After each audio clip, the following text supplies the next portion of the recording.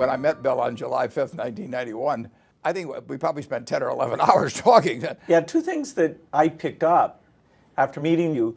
Bridge was one and golf was another. Yeah. I was never a good golfer, and it was an excuse to talk. It certainly wasn't about golfing. Whenever I see something, take these very low interest rates, even negative interest rates, I'm always thinking, boy, I'm looking forward to talking to Warren about that.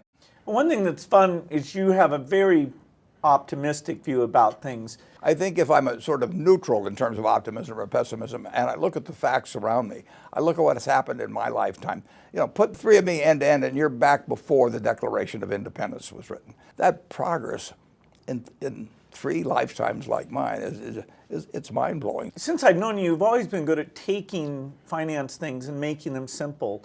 Do you think that came naturally, or did you learn over time just answering questions about finance decade after decade? I started teaching a course when I was 21 years old at the University of Omaha. I did that because I was terrified of public speaking earlier, and I'd taken a Dale Carnegie course, and I felt I just had to get out there and start talking. Standing up for 2 hours in front of a class helped me in learning to explain things. Well, it's amazing how you've gone through market periods that are utterly different, and yet your basic rules about what to do remain unchanged. Yeah, the rules work. They're not the easiest to apply. They won't tell you exactly when to buy or sell, obviously, but you'll never do anything stupid if you follow some fairly simple principles.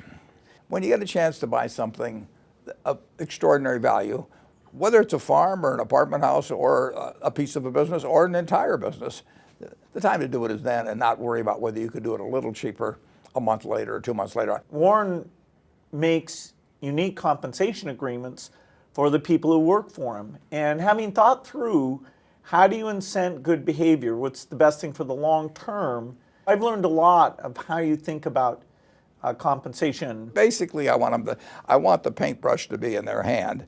And then when they paint something that they think is beautiful and I think is beautiful, I want to cheer like crazy for them.